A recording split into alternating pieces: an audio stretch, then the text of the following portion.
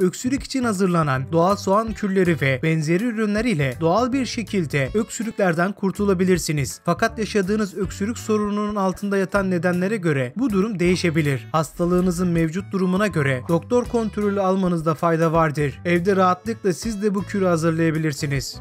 Öksürüğün nedenleri nelerdir? Soğuk algınlığı, nezle, grip, burun ve boğaz solunum yolları sorunları, mide asidi kaynaklı öksürük, bronşit hastalık durumu, tansiyon ilaçları kuru öksürüğe neden oluyor. Zatürre hastalığından dolayı gelişebilir. Bazı psikolojik nedenler, astım, alerjik durumlar. Öksürük hangi hastalıkların belirtisi?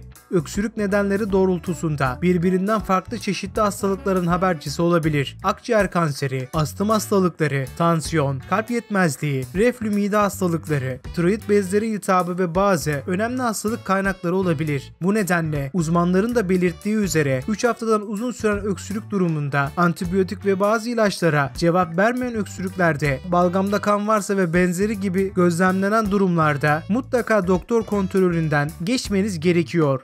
Öksürük için soğan kürleri.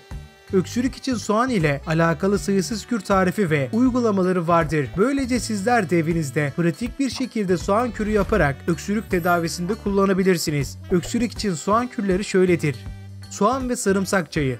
2 bardak su, 1 diş sarımsak ve yarım soğan. 2 bardak suyu kaynatın. Daha sonra sarımsak ve soğanı içine atın. Su kaynadıktan sonra ocaktan alın ve karışımı bir kavanozun içerisine dökün. Yaklaşık 20 dakika kadar bekletin ve süzerek tüketin. Sabah ve gece yatmadan önce 1 bardak içebilirsiniz. Soğan ve bal şurubu.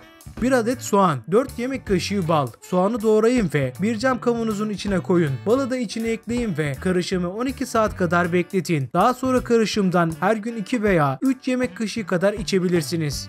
Soğan limon suyu. Meyve sıkacağında 2 adet soğanın ve yarım limonun suyunu çıkartın. Karışımdan her gün 3 saatte bir 3 yemek kaşığı tüketin.